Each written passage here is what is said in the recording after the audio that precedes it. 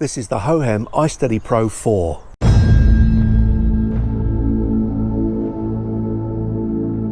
The ISteady Pro 4 is a budget gimbal.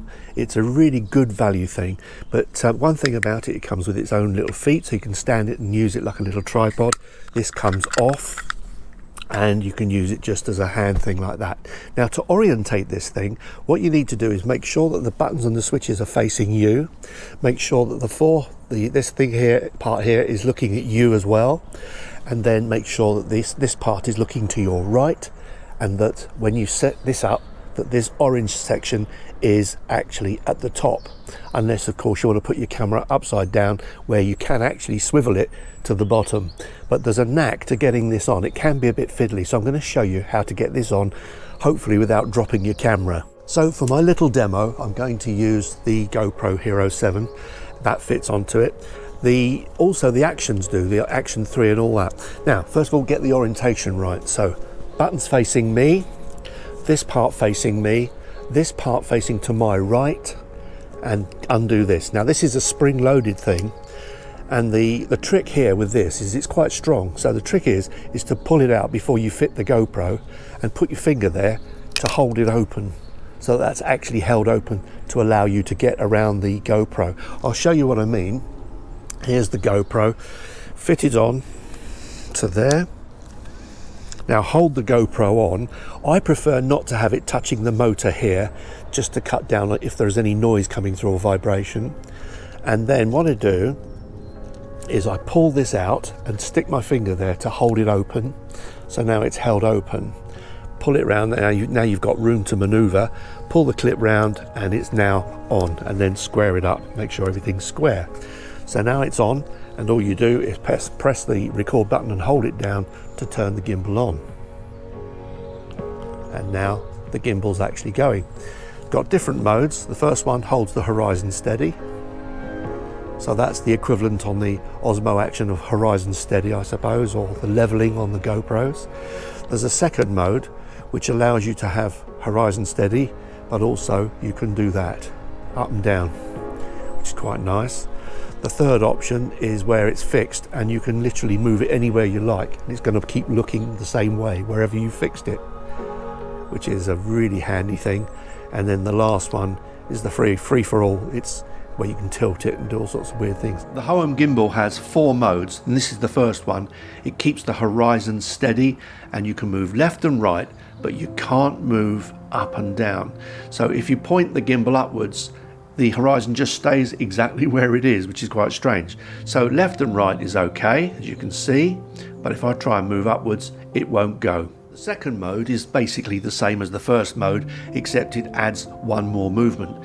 You can go left and right just as you did before, but now you can also move up and down. The third level allows you to fix the image, and no matter which way you turn the gimbal, it remains fixed on what you're looking at. Now that can be very, very handy if you want to zoom away from things or towards things, because it stays right in the frame.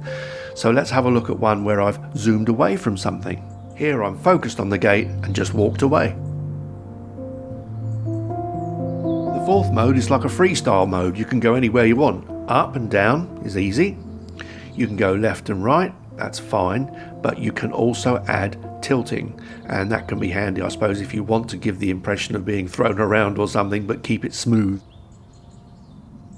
The gimbal has a trigger on the back, and that serves 2 purposes, one for the sports mode and the other to center the gimbal up. 2 clicks and it centers, and if you hold it and do that, it moves very, very quickly. If you don't want to move the gimbal around yourself by hand, you can always use the joystick on the back, and that moves it around.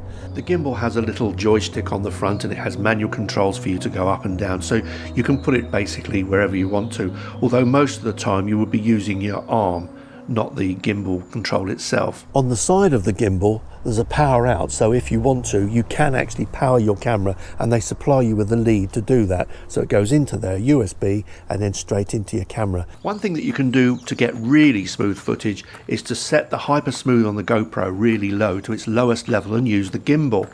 This gives you nice smooth footage when you're walking along, and if you speed up a little bit you still get smooth footage, although you get a little bit of up and down movement. Of course, if you're going to run and really go for it, You wouldn't be able to take this without a gimbal or something to smooth this out. Just to show the difference, here I am walking out the back here, nice and smooth, no stabilization on the camera at all, just using the gimbal. By turning the hyper smooth to its lowest level, you get slightly smoother footage. Speeding up a bit, this is with hyper smooth turned off, and there's a little bit of jiggle in the picture there. With hyper smooth turned on, goes nice and smooth, but remember it's on its lowest level, so you retain a little bit more definition. Here I'm running with hyper smooth turned off. You can see it's not too bad, although there is a little bit of movement going on there. This time I threw caution to the wind and showed my face. Hyper smooth is on. What I really like about this gimbal is the speed that you can get the camera on and off. First of all, you don't have to balance the camera. It is actually balanced for GoPros and works with Actions. You don't have to worry about that. You just basically put it on there. I make sure that it's not touching the motor if possible. But look at the speed that you can get this off, literally this fast. There you are, the camera's off. It's that quick. So I think that's a really good, useful thing. The one thing, another thing I don't like though, is the fact that the GoPro goes on there fine, but if you want to use the audio module, which goes underneath on some of these cases, or you want to use the audio with it, you know, get the audio in, this won't balance that. So if you just dangle the audio adapter there, this doesn't cope with that at all, and it doesn't fit into the system with a case on the GoPro, and that's the only thing. So if you're going to use a GoPro or camera on this, really you're going to have to use the internal microphone. Something that's often missed with this gimbal is the fact that it's got a screw thread at the bottom and at the side, so you can put this onto a tripod, which is quite nifty. To do a slow pan, you have to use the Hohem app, and it's fantastic. You stick the gimbal on its feet, you set it up on the phone where you want it to start and where you want it to finish, and then press start and off it goes. Of course, after you've told it how much time you want it to pan for. I've given this a 30-second pan, and this would be very difficult to do manually, holding the thing to keep it this steady. If you want to know how much power your gimbal has got left, you just press the record button on there when it's off, and a light comes up, and I've got 4 lights there, which is telling me I've got plenty of power. I've got just a couple of negatives concerning the gimbal. First of all, it is prone to slightly twitch occasionally if you're not careful, especially if you throw it around. Secondly, the lights on the back, they show you what mode you're in. You actually can't see them even on a cloudy day. They're so small and they're not bright enough to see on a bright day or even a dull day.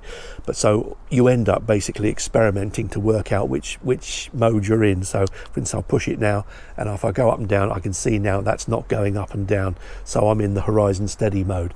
If I push it again, hopefully the horizon, yes, it goes up and down now. So I'm in the second mode. You kind of learn the modes because the lights don't help you. Never turn the gimbal on with the camera not there. If you do turn it on with the camera not there, the gimbal just goes into sort of like, goes mad. It goes all over the place, and I think you could end up damaging the gimbal itself. So if you turn the gimbal on, make sure there is a camera on the top of it. So to finish, what are my feelings about the gimbal? Well, first of all, it's a fantastic buy. This is such a budget gimbal. It's under £100. I think it's about 80 something pounds. So it is really, really good value. It's the cheapest gimbal I've seen that actually works, although it has its little foibles. Every now and then it might do a little twitch or something. So to combat that, what I do is I switch the camera to its lowest amount of stabilization and let the gimbal do the work and let the camera sort out anything else. Basically, if you're going to hold this still and not wander around and run around, you don't get the twitches. But once you start giving it some and, you know, running around and doing all this kind of stuff, then you might see some twitches appear in the gimbal itself, which I don't get with more expensive ones. But you know, how often do you actually run around all the time like this? I don't really know. And in any case, if you are running around, are those twitches actually going to show? But having said that, you can occasionally get a little twitch out of the gimbal, and the GoPro can sort that out on its lowest stabilization. So I would suggest using the lowest form of stabilization in the camera just to combat anything that might happen with the gimbal itself. But as far as I'm concerned, this is a great value gimbal, and it's something that can really improve your footage, especially if you use those automated pans. They're so smooth, and you couldn't do that yourself by holding a camera to get a nice smooth pan like that. And also, if you pan nice and slowly like that, you avoid judder in your video, which is lovely, really good. So great value package and well worth the money. I think really well worth it, and improves your videos. Hope to see you next time. Cheers for now.